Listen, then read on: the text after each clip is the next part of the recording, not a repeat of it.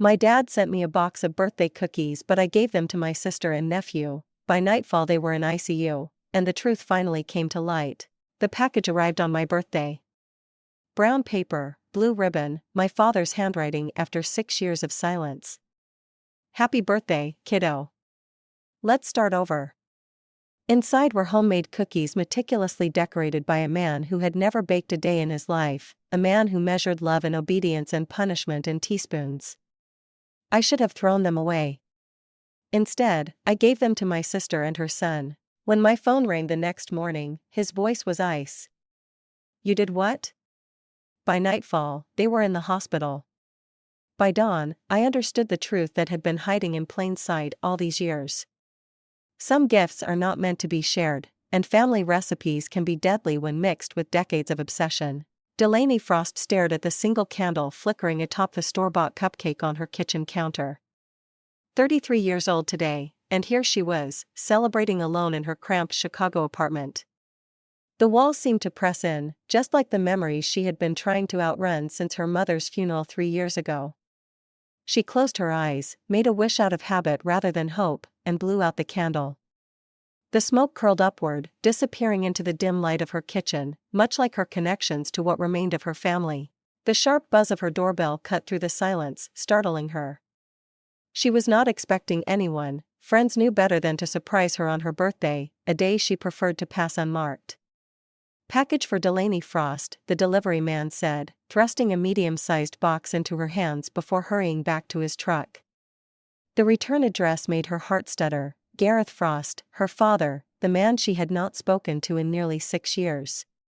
Delaney set the box on her counter like it might contain something volatile. In many ways, it did. Relationships with Gareth had always been explosive, unpredictable. She examined the plain brown packaging, the meticulous handwriting she still recognized despite the years of silence. What the hell do you want? She whispered to the box. After 20 minutes of staring at it, she finally worked up the courage to slice through the tape. Inside another box, this one white with a simple blue ribbon, a small card was taped to the top. Happy birthday, kiddo. Let's start over, Dad.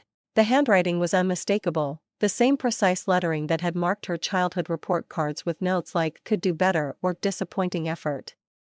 Inside the white box, nestled in tissue paper, were cookies, not store-bought, but clearly homemade, golden brown with perfect edges, decorated with intricate blue icing designs. Delaney stared at them, confusion washing over her. In all her years growing up, she had never once seen her father bake anything. Discipline, structure, and rigid expectations were Gareth Frost's specialties, not cookies with hand-piped icing. She picked one up, studying it. The detail was impressive, tiny flowers and swirls that must have taken hours of patient work. This did not align with the man she knew, the cold, calculated father who measured love and accomplishments and obedience. Delaney put the cookie back. She could not bring herself to eat them, but throwing them away felt wrong too. The gesture was so out of character it left her unsettled, wondering what game he might be playing. Her phone lit up with a text from her sister. Happy birthday, delegate, wish we could celebrate together. Milo drew you a picture.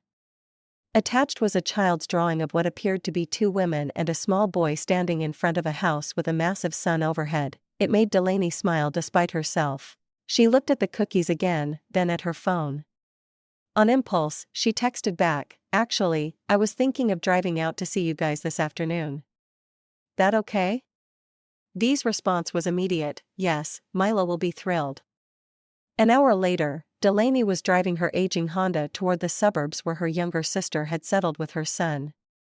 The cookie box sat on the passenger seat like an uninvited guest. The small rental house looked warm and inviting compared to Delaney's sterile apartment. Chalk drawings covered the driveway, and wind chimes tinkled from the porch.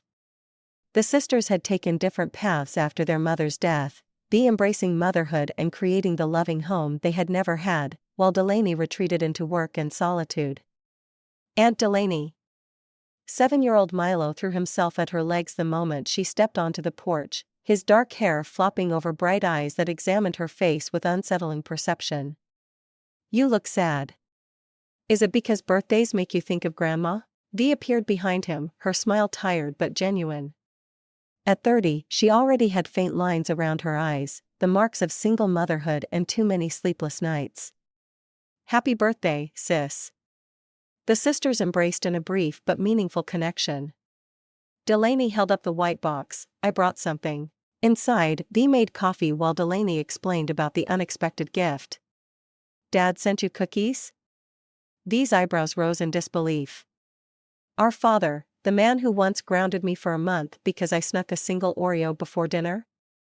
"The very same," Delaney said, opening the box. Dee peered inside. "They're beautiful, but since when does Dad bake?" "Exactly what I thought," Delaney said. "It feels weird, wrong somehow." Milo appeared at the table, eyes widening at the cookies. "Can I have one, Mom? Please?" Dee hesitated, looking at Delaney. "They're your birthday present."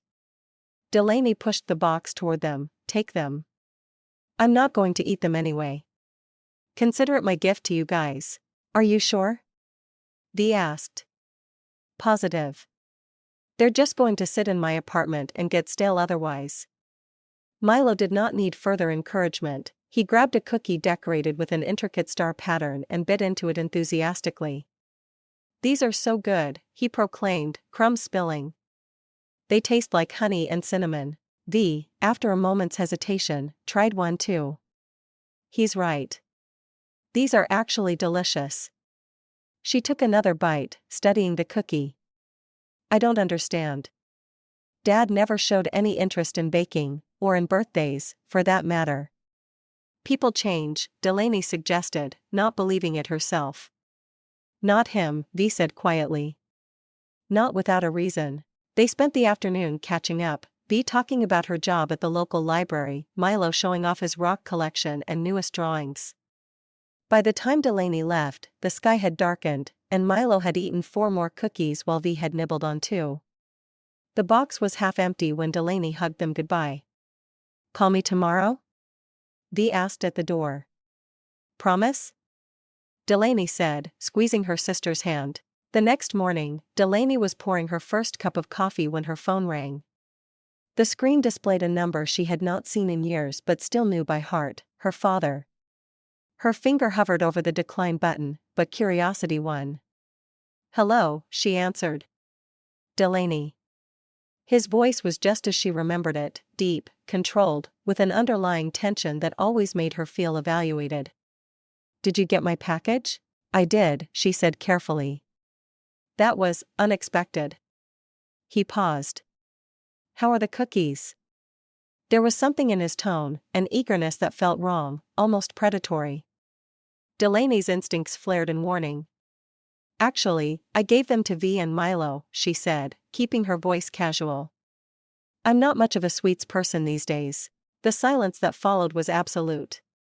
When Gareth finally spoke, his voice had transformed into something she barely recognized, raw and filled with fury. "You did what?" The rage in those 3 words made Delaney physically recoil from the phone.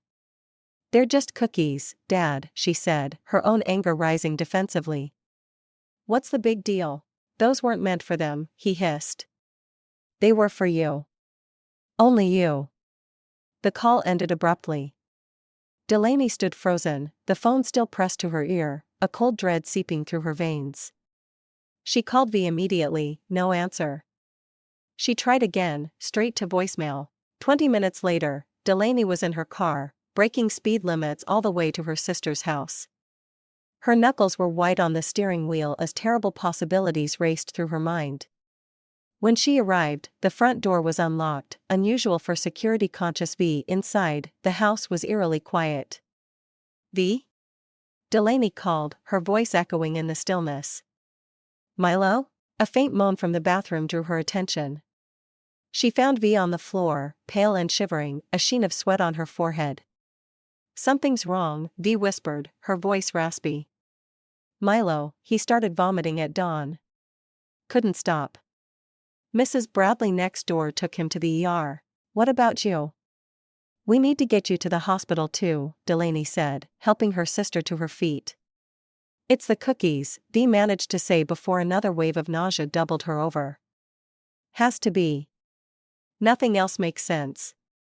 As Delaney helped her sister to the car, the weight of what she had done, or rather, what she had avoided by pure chance, crashed down on her. The cookies had not been a peace offering, they had been meant to harm her, and instead she had given them to the two people she loved most in the world. The antiseptic smell of the hospital burned Delaney's nostrils as she paced the waiting room floor. Her sister was being examined in one room, her nephew in another. The guilt pressed down on her like a physical weight. She had done this to them, however unintentionally.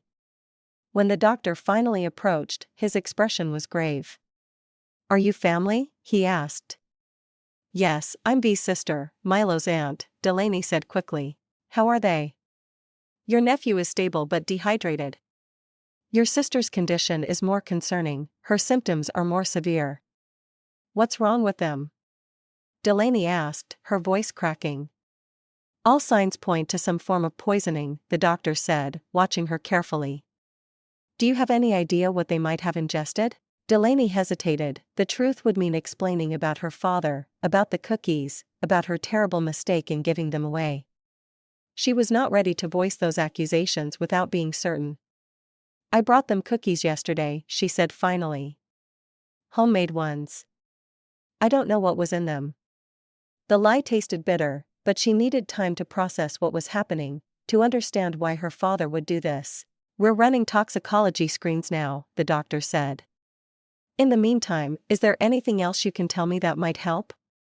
Before Delaney could answer, two uniformed police officers appeared behind the doctor. "Hospital protocol for suspected poisonings," the taller officer said. "Ma'am, we'd like to ask you a few questions." Delaney followed them to a small consultation room. Their questions were direct, clinical. What had V and Milo eaten in the past 24 hours? Did they have any allergies? Was there anyone who might want to harm them? "The cookies," Delaney finally admitted. "They weren't store-bought. My father sent them to me for my birthday.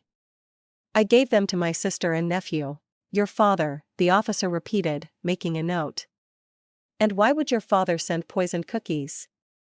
"I don't know that they were poisoned," Delaney said, though she no longer believed that, "but he was extremely angry when I told him I'd given them away." "Angry how?" "He yelled. Said they were only meant for me." The officers exchanged a glance that Delaney could not read.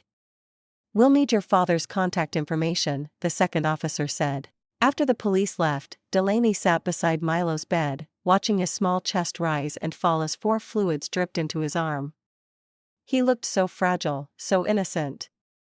"I'm so sorry," she whispered, though he could not hear her. Her mind drifted back to her childhood, to memories she had tried to suppress. Gareth Frost had never been a warm father, but she had always told herself he was not cruel, just strict, traditional, demanding excellence. But now darker memories surfaced. The time V had spilled juice on his newspaper and been locked in her room for an entire weekend, the disciplined dinners where their father would serve bland, sometimes cold food as punishment for perceived infractions while he ate a normal meal across from them, her mother's strange recurring illnesses that seemed to flare whenever she disagreed with him. Had she deliberately blinded herself to the truth? Had Gareth always been capable of this kind of calculated harm? A nurse interrupted her thoughts. "Miss Frost, your sister is asking for you." V looked ghostly against the white hospital sheets, but her eyes were clear. "Where's Milo?" were her first words. "He's okay," Delaney assured her. "Resting in the pediatric ward. They say he'll recover faster than you. He ate less, and his symptoms started earlier, so they got fluids into him sooner." V nodded weakly. "It was the cookies, wasn't it?" "I think so," Delaney admitted. "Dad called this morning. He was furious that I gave them to you instead of eating them myself." Jesus, V closed her eyes. "I always knew he was messed up, but this." "I told the police," Delaney said. "But I'm not sure they believe me. There's no evidence besides my word." "They will," V said with sudden intensity. "Because this isn't the first time." "What do you mean?" "He used to do this to Mom," V whispered. "With food, with drinks. I saw him once putting something in her tea when she'd made him angry. I was maybe 10. I tried to tell her, but she didn't believe me, or couldn't afford to believe me. The revelation hit Delaney like a physical blow. All those times their mother had been ill, bedridden for days, had that been Gareth's doing? "We need to file a formal police report," Delaney said. "Make sure they take this seriously." At the police station later that day, Detective Kellen Byrne listened to Delaney's account with professional detachment. He was younger than she had expected for a detective, maybe mid-30s, with observant gray eyes that missed nothing. "Miss Frost, I understand your concern," he said when she had finished. "But without the cookies themselves for testing or any physical evidence linking your father to the poisoning, this is going to be difficult to pursue." "My sister and nephew are in the hospital," Delaney said, frustration rising. "The timeline fits. My father's reaction on the phone could be interpreted multiple ways," Byrne finished. "Look, I'm not dismissing you. We'll interview your father, check his background, but you need to prepare yourself for the possibility that we won't find enough to charge him." Delaney left the station feeling defeated but determined. If the police would not act quickly enough, she would find evidence herself. She drove 5 hours north to Michigan's Upper Peninsula, where Gareth had moved after her mother's death. The remote location had always seemed a strange choice for a man who had spent most of his life in cities. Now it felt ominous, a deliberate retreat to isolation. Gareth's house stood at the end of a long gravel driveway, partially hidden by towering pines. The building itself was unremarkable, a 2-story farmhouse with peeling white paint and shutters that hung slightly askew. There were no other homes visible from the property. Delaney parked out of sight and approached cautiously. No car in the driveway, no lights visible through the windows. She tried the front door anyway, unsurprised to find it locked. The back door, however, yielded to her push. It swung open with a creak that seemed deafening in the stillness. Inside, the house was colder than the autumn air outside and nothing like the orderly home her father had maintained during her childhood. Books were stacked in precarious towers on every surface, papers covered the dining table, many covered with her father's precise handwriting. The walls held an eclectic mix of religious imagery, crosses, framed Bible verses, and stranger symbols Delaney did not recognize. Medical textbooks filled one bookshelf, many with markers protruding from their pages. In the kitchen, she found rows of glass jars on open shelves, each meticulously labeled belladonna, digitalis, aconite, taxus, alongside more innocuous herbs like lavender and rosemary. Some jars held dried plants, others powders or liquids.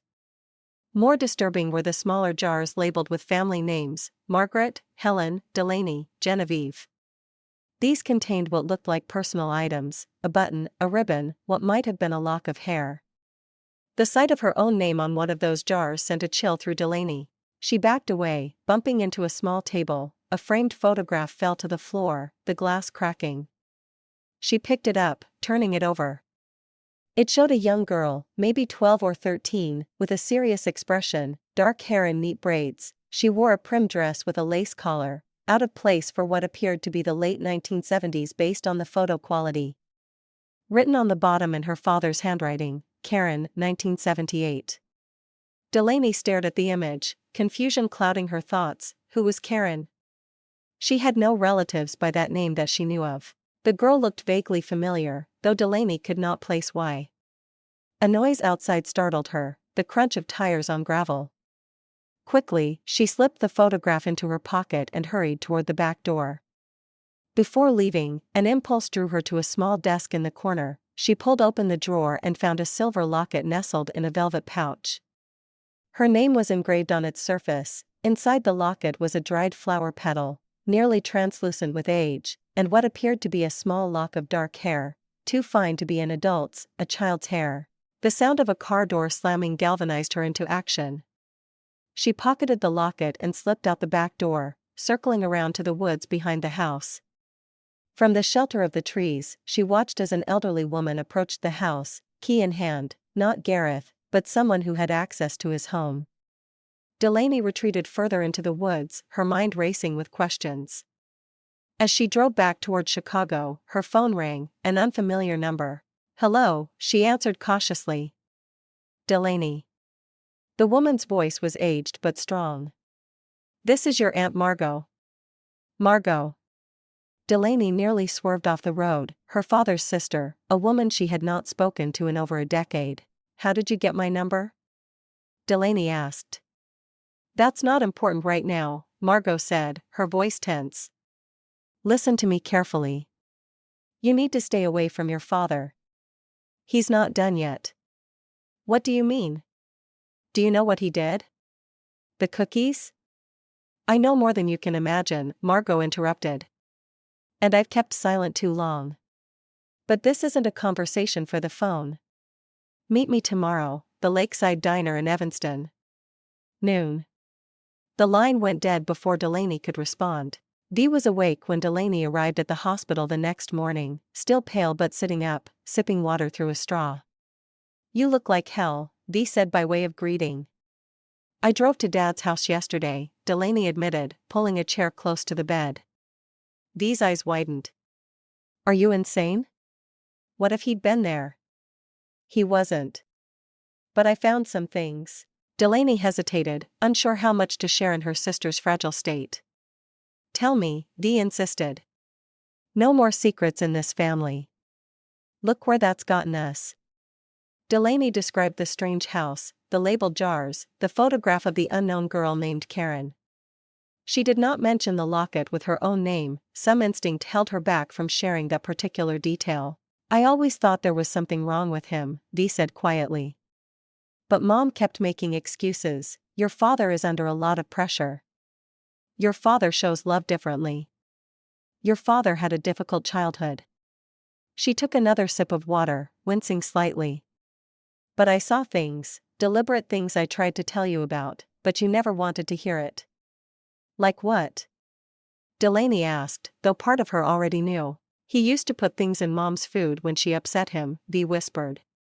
"I caught him once grinding something into her coffee. When I asked what he was doing, he said it was a special sweetener because Mom worked so hard." Her eyes filled with tears. "And then she'd get sick. Every time they argued, within days she'd be bedridden with migraines or stomach flu." "Why didn't you tell someone, a teacher, a doctor?" "I tried telling Mom. She said I was imagining things, making up stories." Dee looked away. "I think she knew deep down, but admitting it would have meant facing the truth about who she'd married, the danger she'd put us in. It was easier to pretend." A noise from the doorway interrupted them. Milo stood there in his hospital gown, a nurse hovering protectively behind him. "He wanted to see his mom," the nurse explained. "Just for a few minutes." Milo climbed carefully onto V's bed, his small face solemn. "Are you better now, Mom?" "Getting there, buddy," V assured him, smoothing his hair. "I had bad dreams," Milo said, his voice small. "Grandpa was in them. He said I shouldn't have eaten what wasn't mine." Delaney and V exchanged alarmed glances. "Milo, honey," V said carefully, "Grandpa hasn't seen you since you were a baby. You don't remember what he looks like." "He was tall," Milo insisted, "with white hair and glasses. And he smelled like those sticks you burn sometimes." "Incense?" V asked, her voice strained. Milo nodded. "He said the cookies were special, only for Aunt Delaney." After Milo had been taken back to his room, Delaney checked her phone. 3 missed calls and a voicemail from an unknown number. She stepped into the hallway to listen. Delaney, her father's voice, unnervingly calm. "I thought you were stronger. Just like your mother, soft, sentimental, stupid. You'll regret this interference." The message sent ice through her veins. It was not just anger in his voice, it was calculated menace. Later that morning, Detective Byrne arrived at the hospital, his manner notably less dismissive than the day before. "We received the preliminary toxicology reports," he said without preamble. "Both your sister and nephew had traces of aconite in their systems, monkshood, also called wolfsbane. It's highly toxic, even in small doses." "Then you believe me now, about my father?" Delaney asked. "I'm taking your concerns seriously," Byrne said carefully. "We're trying to locate Gareth Frost for questioning, but he seems to have vacated his residence." "Do you have any idea where he might go?" Delaney shook her head, then remembered. "I'm meeting my aunt today," his sister, Margot Heller. She called me yesterday, sounded worried. She might know something. Byrne nodded. I'd like to speak with her as well. Mind if I join you? The lakeside diner was nearly empty when they arrived. Margot Heller sat in a corner booth, her back to the wall, eyes on the door. She was in her 70s, with the same sharp features as Gareth, though softened by age. Her silver hair was pulled back in a severe bun, and she wore a simple navy dress with a white cardigan. When she spotted Delaney, her expression changed, relief mixed with apprehension. The appearance of Detective Byrne beside Delaney seemed to throw her momentarily. You brought the police, she said, her voice carrying the same crisp enunciation as Gareth's. This is Detective Byrne, Delaney said, sliding into the booth. He's investigating the poisoning of my sister and nephew. Margot's thin lips pressed together. So he's doing it again, she murmured, more to herself than to them. Mrs. Heller, Byrne said, sitting beside Delaney, anything you know about Gareth Frost that might help us locate him or understand his motivations would be extremely valuable. Margot studied them both, then reached into her handbag and withdrew a faded photograph. I think it's time you learned about Karen, she said, placing the photo on the table. The image showed two children, perhaps 10 years old, a boy and a girl, unmistakably twins. The boy was clearly a young Gareth, the girl with the same serious eyes and determined jaw must be Karen. My father had a twin? Delaney asked, stunned. Has, Margot corrected. Though Gareth would have you believe otherwise. Karen didn't die. Not physically, anyway. She's been institutionalized for nearly 50 years. Institutionalized, Byrne repeated. For what reason? Officially, severe paranoid schizophrenia with delusions. Margot's voice was bitter. In reality, it was the result of years of our father's treatments. Edward Frost was obsessed with the idea of purifying the bloodline, strengthening the family constitution. He experimented on his own children, especially Karen. Experimented how? Delaney asked, though she feared she already knew the answer. Herbs, tinctures, homemade remedies administered through food, mainly sweets, which were otherwise forbidden in our house. Gareth was spared the worst of it, he was the son, the heir. Margot's hands trembled slightly as she continued. I was already away at nursing school when the worst happened. Karen had a psychotic break at 16. She attacked our father with a kitchen knife, screaming that he was poisoning her. Was he? Byrne asked. Without question, Margot said firmly. But no one believed her. Edward was respected in the community, a pharmacist, a church elder. Karen was committed, diagnosed, medicated into oblivion. And Gareth? Delaney prompted. Gareth was his father's son in every way, Margot said grimly. He learned everything, the herbs, the formulations, the ideology. But most importantly, he learned how to appear normal to the outside world while harboring monstrous beliefs. She pushed another item across the table, a small leather-bound journal. This was Karen's. I took it from the house after she was committed. I thought someday it might help prove what was done to her. Delaney opened the journal carefully. The early pages contained childish drawings and observations about nature. As the entries progressed, the handwriting became more erratic, the content increasingly disturbing, paranoid thoughts, accusations, desperate pleas for help.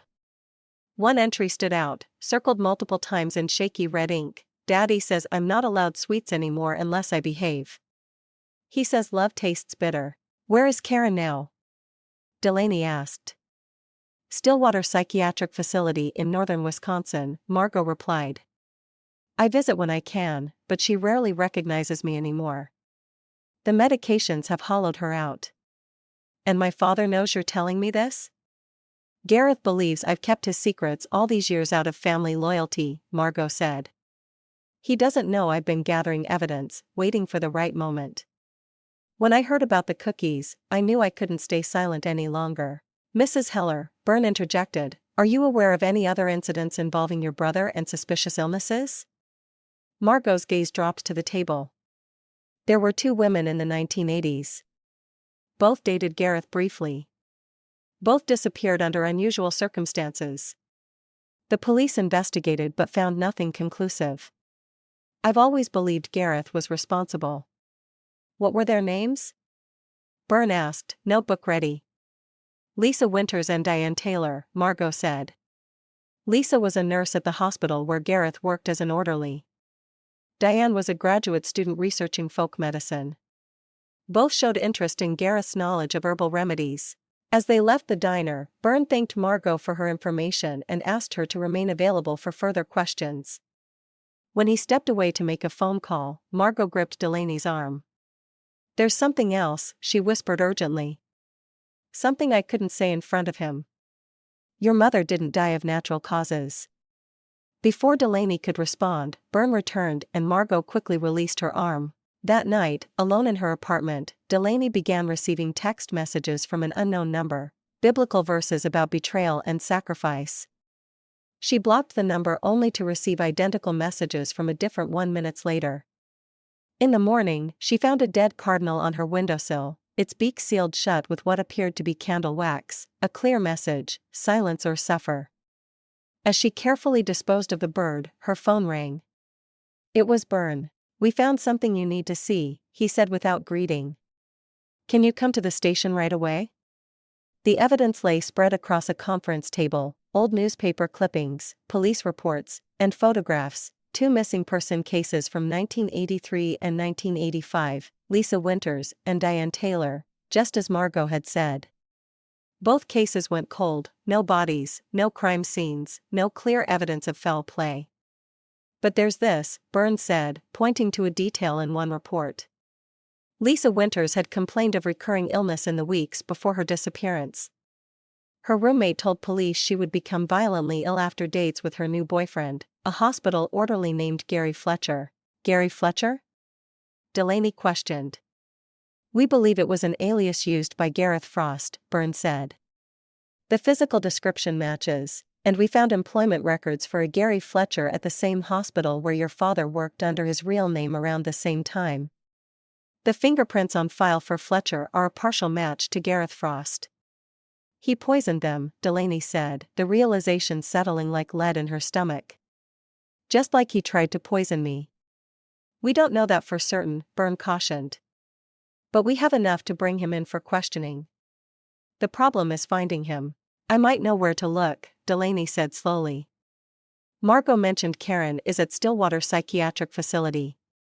If he knows his sister has been talking to us, he might go there to silence her. Byrne nodded. I'll call the Wisconsin authorities immediately. As they waited for word from Wisconsin, Delaney felt a strange calm descend. The scattered pieces of her life, her father's coldness, her mother's mysterious illnesses and death, her own instinctive distrust of food, were finally forming a coherent, if horrifying, picture. She was the daughter of a poisoner, a man who used food, the most basic form of nurture and love, as a weapon. What did that make her? The morning after their discovery about the missing women, Delaney drove V and Milo from the hospital to her apartment. Both were still weak but stable enough for discharge, and the doctors had agreed they shouldn't return to V's house alone, not with Gareth still at large. We'll stay just until we figure things out, V said, settling Milo on Delaney's couch with his favorite stuffed dinosaur and a borrowed tablet. Delaney nodded, though she knew figuring things out would not be simple. Their family's foundation had crumbled beneath them, revealing dark chambers they were only beginning to explore. I called Mrs. Bradley next door to get some of our things, V continued, her voice low. She said a man was at the house yesterday, just standing there, staring at the windows. Delaney felt a chill. Did she describe him? Tall, white-haired, well-dressed, like he was going to church. Their eyes met. It was him, Delaware. He's watching us. Before Delaney could respond, her phone buzzed with a text from Detective Byrne. Wisconsin authorities checked Stillwater. No sign of Gareth, but Karen agitated, saying brother was here. Took it back. As Delaney dialed Byrne's number, a sharp pain flashed behind her eyes, blurring her vision. She steadied herself against the kitchen counter, waiting for it to pass. You okay? V asked, watching her with concern. Just tired, Delaney lied, though this was the third such episode since morning. Alongside the blurred vision came waves of nausea, a metallic taste lingering in her mouth. When Byrne answered, his voice was tense. Gareth was at Stillwater yesterday but left before authorities arrived. The staff didn't think anything of his visit. He's listed as Karen's next of kin, makes regular donations to the facility. What did he want with her? Delaney asked. Hard to say. Karen's not exactly lucid, but she keeps saying he took it back. Any idea what that means? Delaney thought of the locket with her name, the dried flower inside. Maybe I need to check something. After ending the call, Delaney searched her coat pocket for the locket she had taken from Gareth's house. It was not there. What's wrong? Dee asked, seeing her growing panic. There was a locket at Dad's house with my name on it. I took it, but now it's gone. Delaney dumped the contents of her purse onto the counter. Nothing. Could you have dropped it? Or he took it back, Delaney murmured, remembering Karen's words. If he had been at her apartment. The realization hit her with frightening clarity. If Gareth had been in her apartment, he could have left something behind, something like cookie crumbs in her coat pocket, easy to mistake for residue from the original box. Delaney said, the room's starting to spin. I think it got to me too. I'm showing the same symptoms you had. V's face paled. We need to get you to the hospital now. The emergency room doctor confirmed what Delaney had suspected, traces of aconite in her bloodstream, though at lower levels than V and Milo had experienced. Fortunately, you caught it early, the doctor explained. We're flushing your system with activated charcoal and 4 fluids. You should recover fully, but we'd like to keep you overnight for observation. From her hospital bed, Delaney called Byrne to update him. He's escalating, she concluded. First the cookies meant for me, then contaminating my apartment when that failed. We've got officers watching your place and the hospital, Byrne assured her. And we're tracking his credit cards, phone, everything. He can't stay hidden for long. There's something else, Delaney said. My Aunt Margot told me something about my mother before you came back at the diner. She implied my mother didn't die of natural causes. What was the official cause of death? Byrne asked. Heart failure. She had a history of health problems, at least that's what we were told. Delaney's voice caught. But now I'll look into it, Byrne promised. In the meantime, focus on getting better. And Delaney, be careful what you eat or drink, even in the hospital. The warning was not necessary. Delaney had already decided to refuse all food and accept only sealed water bottles that she opened herself. That evening, Margot visited, her expression grave as she settled into the chair beside Delaney's bed. The doctors say you'll recover, she said, more statement than question. Looks that way, Delaney agreed. Margot, you said something about my mother, that she didn't die naturally. Margot's gaze dropped to her hands, weathered and spotted with age. Helen tried to leave Gareth when you were about 12. She'd seen enough to know what he was capable of, but he had insurance. What kind of insurance? Evidence, fabricated, of course, that she had harmed Karen years earlier during a visit to the institution. He threatened to go to the police, have her arrested, take you girls away. Margot twisted the plain gold band she still wore, though Delaney knew her husband had died decades ago. Helen stayed, but she never stopped planning her escape. When you girls were grown, she finally told him she was leaving for good. And then she got sick, Delaney said softly. The official diagnosis was viral myocarditis leading to heart failure, Margot confirmed. But I was a nurse for 40 years. I know poisoning when I see it, especially the kind that mimics natural illness. Why didn't you say anything, report him? I had suspicions, not proof. By the time Helen died, Gareth had already laid the groundwork. Everyone knew she had a weak heart. And he was careful, always careful. Margot looked up, her eyes shining with unshed tears. I've been a coward, Delaney. I should have spoken up years ago. Saved you girls from all this. You're speaking now, Delaney said, reaching for her aunt's hand. That's what matters. The next day, released from the hospital, Delaney joined Byrne on a drive to Pine Hollow Cemetery. where Karen Frost was supposedly buried. According to county records, Karen Frost died in 1984 and was interred here, Byrne explained as they walked among the weathered headstones. But we know she's alive at Stillwater. So who's in the grave? Delaney asked. That's what we're going to find out. The court approved an exhumation order this morning. Byrne pointed to where cemetery workers were preparing equipment near a simple gray marker bearing the name Karen Elizabeth Frost. Look at this, Delaney said, kneeling beside the stone. Fresh wildflowers lay at its base, not yet wilted. Someone's been here recently. As they waited for the exhumation to begin, Byrne received a call that made him step away. When he returned, his expression had changed. We found something at your father's house, he said. A hidden room behind a false wall in the basement. Inside were old videotapes, dozens of them, dating back to the 1970s. What's on them? Delaney asked, though part of her did not want to know. Family footage, mostly. Your father apparently documented everything.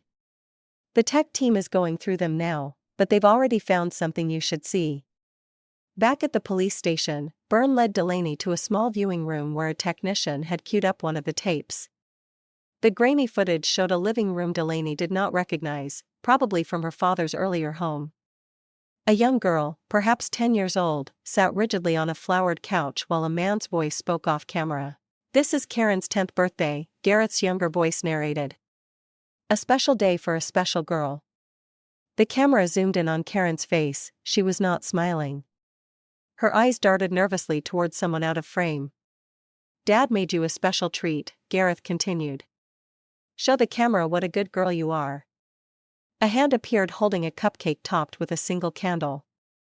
Karen shrank back. I don't want it, she whispered. Don't be ungrateful, the voice hardened. Take it. Karen reluctantly accepted the cupcake, her hands trembling. Now blow out the candle and take a bite. Show Dad how much you appreciate his gift. Tears slid down Karen's cheeks as she blew out the candle. She hesitated, then took a tiny bite of the cupcake. Good girl, Gareth said, his voice softening. This is how you make memories. This is how you learn. Karen's face contorted in disgust, but she forced herself to swallow. Another bite, Gareth instructed. Finish it all. The footage continued, unbearable in its mundane cruelty, as Karen was made to eat the entire cupcake while Gareth narrated her lessons in obedience and gratitude. Delaney looked away, her stomach turning. Turn it off, please. As the screen went black, Byrne said quietly, there are dozens more like this. The team is still cataloging them, but they span years. Some feature your mother. Did you find anything about Lisa Winters or Diane Taylor? Not yet, but we're still looking. This is enough to bring him in on charges of child abuse at minimum. If we can find him, Delaney said. We will, Byrne promised. Every officer in 3 states is looking for him, but Gareth found them first. When Delaney returned to her apartment that evening, a package waited outside her door, a sealed tin labeled forgiveness in her father's distinctive handwriting. With gloved hands, Byrne carefully opened it in Delaney's kitchen. Inside were more cookies, nearly identical to the first batch, and a letter. Delaney, you've always been the stronger one, like me, like Karen before the weakness took her. Your mother tried to poison that strength, make you soft like she made your sister. Now the time has come for purity. One daughter must pay to cleanse the bloodline. Only one may carry the truth.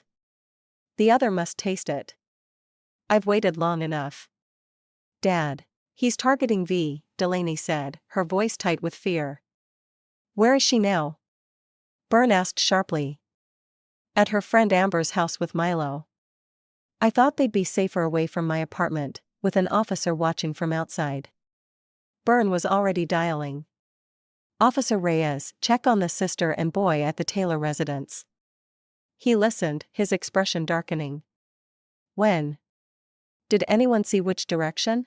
Hanging up, he turned to Delaney. A nurse picked up your sister from her friend's house an hour ago. Said there was a complication with her blood work, needed to bring her back to the hospital. The friend thought it was strange but didn't question it. Milo is still at the friend's house. The nurse said it was just routine, nothing to worry the boy about. A cold certainty settled in Delaney's chest. It was him, dressed as a nurse. The officer is checking hospital security footage now, Burns said, but I'm betting that's exactly what we'll see. Byrne was already moving toward the door. We need to find them fast. As darkness fell, Delaney paced her apartment while Byrne coordinated the search for V. Every hospital, clinic, and medical facility within 50 miles was being checked. Traffic cameras were being reviewed for Gareth's car. There has to be something in his letter, Delaney insisted, reading it again. He's theatrical, he likes symbolism. One must pay to cleanse the bloodline. What does that mean? Her phone rang. Margot. Did you find her? Delaney asked without preamble. No, but I might know where to look, Margot said, her voice tight with urgency. Gareth always had a fixation with sacred spaces. When we were children, our father would conduct his cleansing rituals in the church kitchen after hours. He was the custodian, had keys. A church kitchen? Delaney repeated, gesturing to Byrne. Are there any churches Gareth is connected to? St. Michael's maybe? St. Michael's Lutheran off Route 14, Margot said. Very isolated. He donated money for their renovation last year, mentioned it in his Christmas card. Byrne was already typing on his phone. St. Michael's Lutheran off Route 14, looks like it's surrounded by woods. Nearest neighbor over a mile away. We're going there now. Delaney told Margot, call if you think of anything else. The drive to St. Michael's felt endless, though Byrne pushed well beyond the speed limit, lights flashing. They rode mostly in silence, each lost in thoughts too dark to voice. St. Michael's was a small white clapboard building with a modest steeple, the kind of rural church that had served its community for generations. A gravel parking lot held a single car, Gareth's sedan.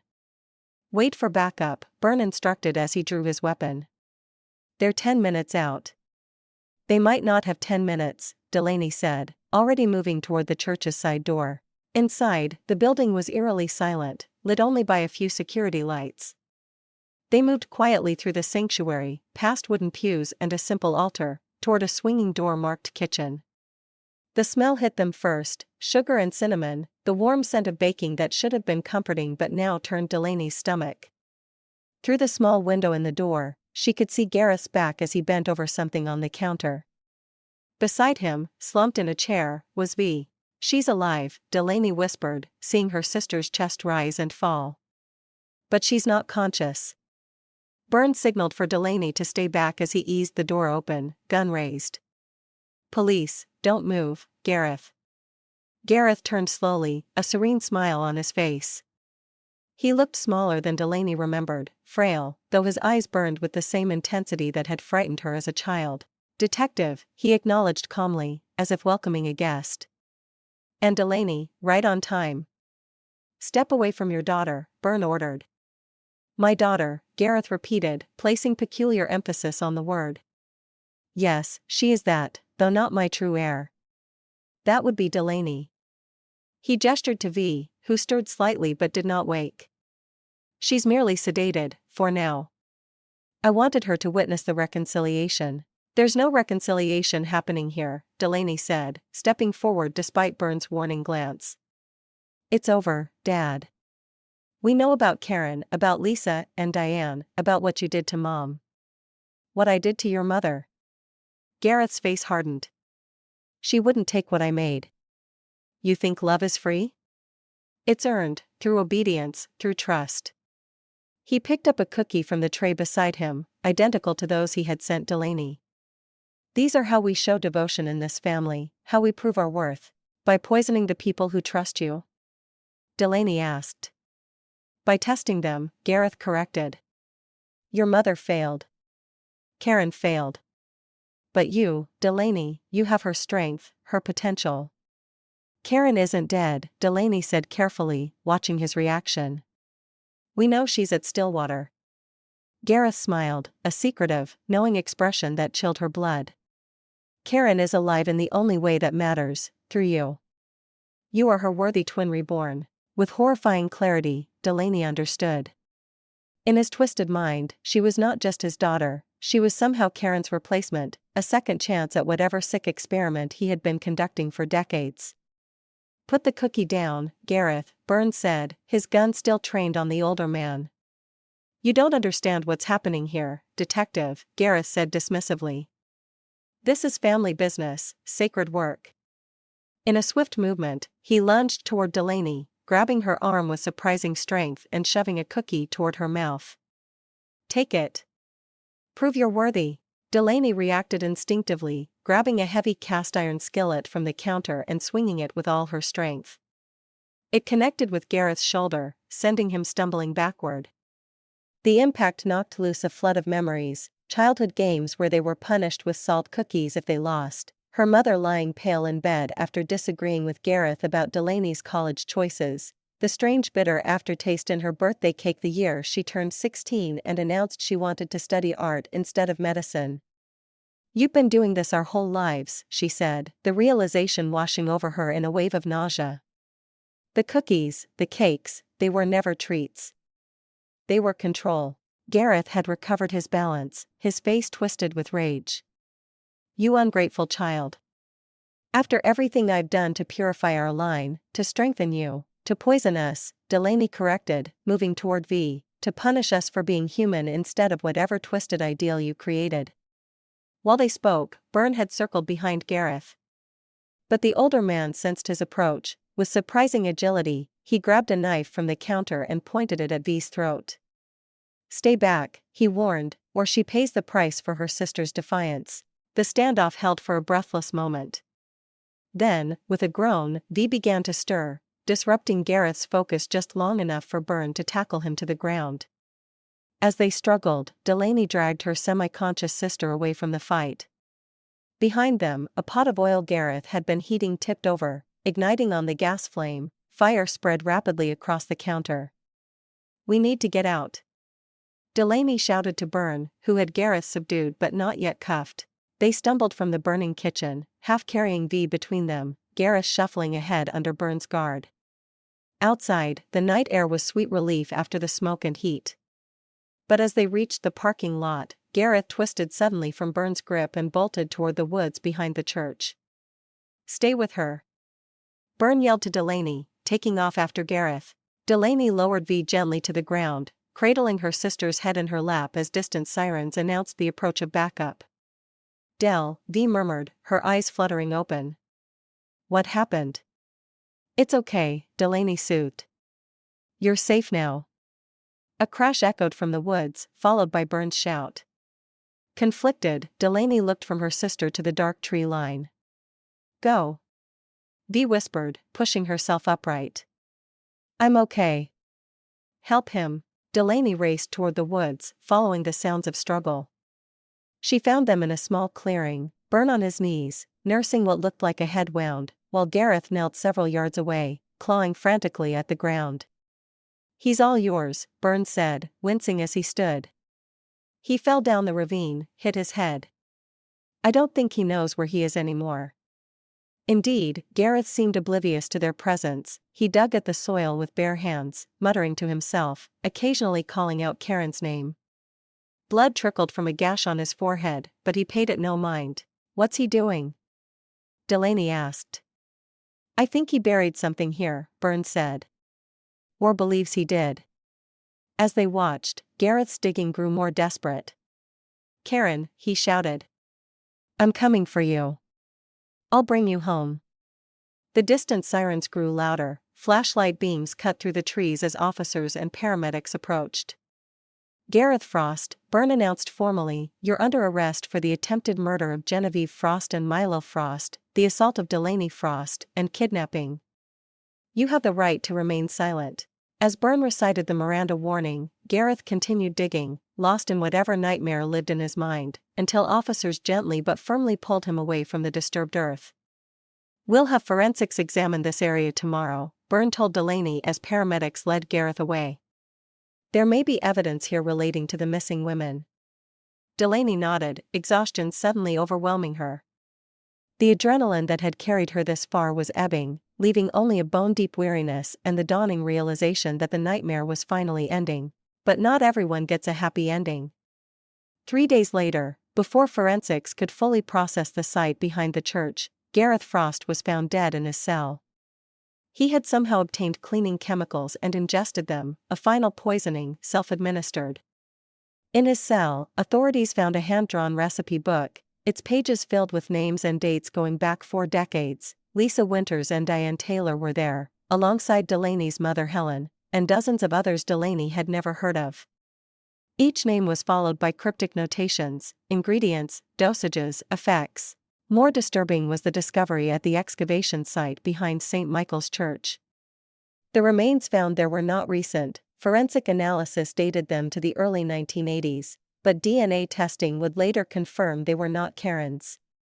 As the headstone in Pine Hollow Cemetery claimed, they belonged to a young woman named Elaine Morton, a nursing student who had disappeared in 1982, last seen with a hospital orderly named Gary Fletcher. As for Karen's grave, the exhumation revealed another victim, partial remains that would eventually be identified as Diane Taylor's. Karen herself remained at Stillwater, trapped in a pharmaceutical haze that decades of inappropriate medications had rendered nearly permanent.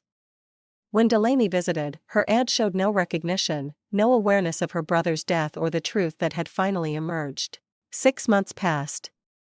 Spring arrived, bringing new growth to cover the scars of winter.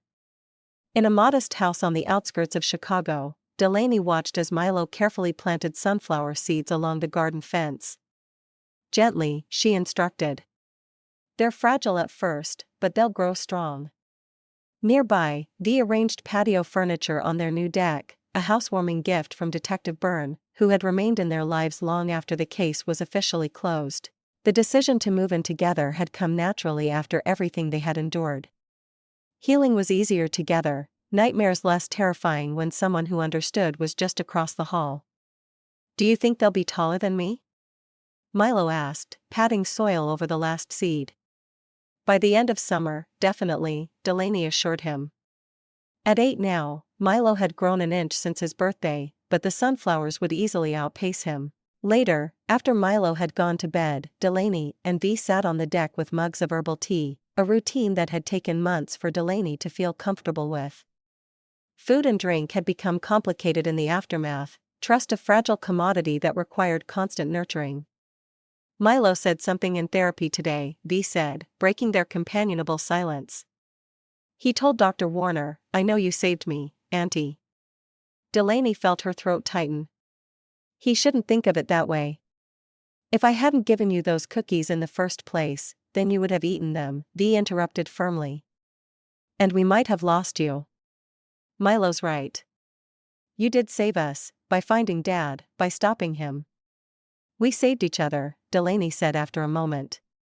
"That's what family is supposed to do." The next day, Delaney visited Margot at her assisted living facility.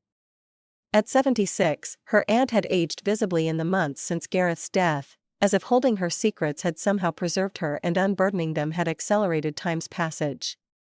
"I went through the last of Gareth's papers," Margot said, pushing a faded leather journal across the table.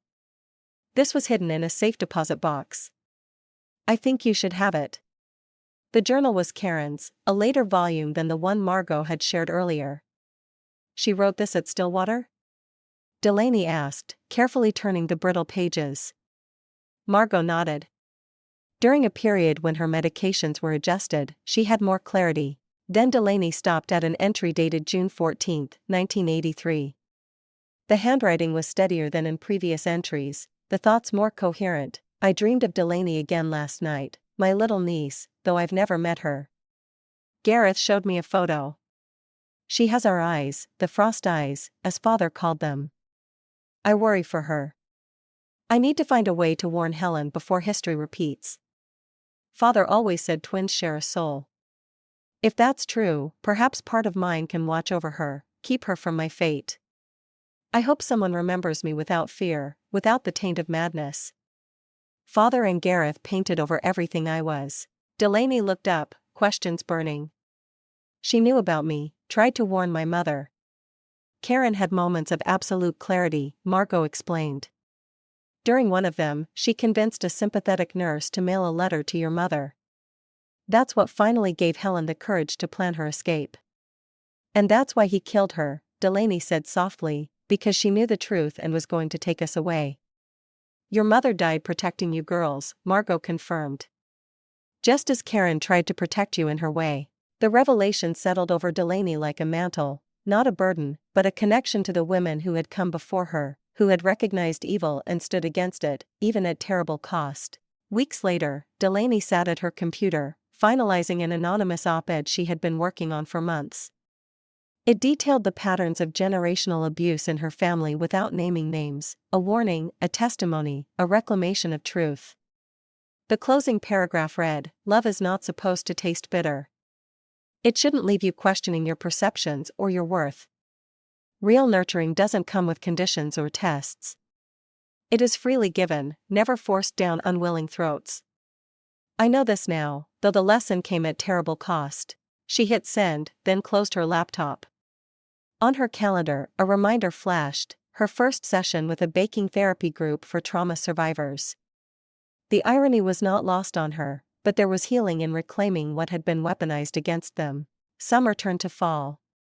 Dee opened a community garden and food pantry in a vacant lot near their home. The sign, painted by Milo, read simply Karen's Garden, a memorial to an aunt he had never met but whose story had become part of their family's truth. Detective Byrne, now retired, brought them the evidence box from Gareth's case before moving to Michigan. "Department's closing the file," he explained. "Thought you should have this, for closure." Inside, among the photographs and reports, was a small evidence bag containing a half-burned cookie recovered from the church kitchen. The lab had found a partial fingerprint on it, preserved in the hardened icing, a print that matched samples from Lisa Winter's apartment, forgotten in an evidence locker for nearly 40 years. "Does it feel finished to you?" Byrne asked as they sorted through the box. "I don't think it ever will, not completely," Delaney admitted.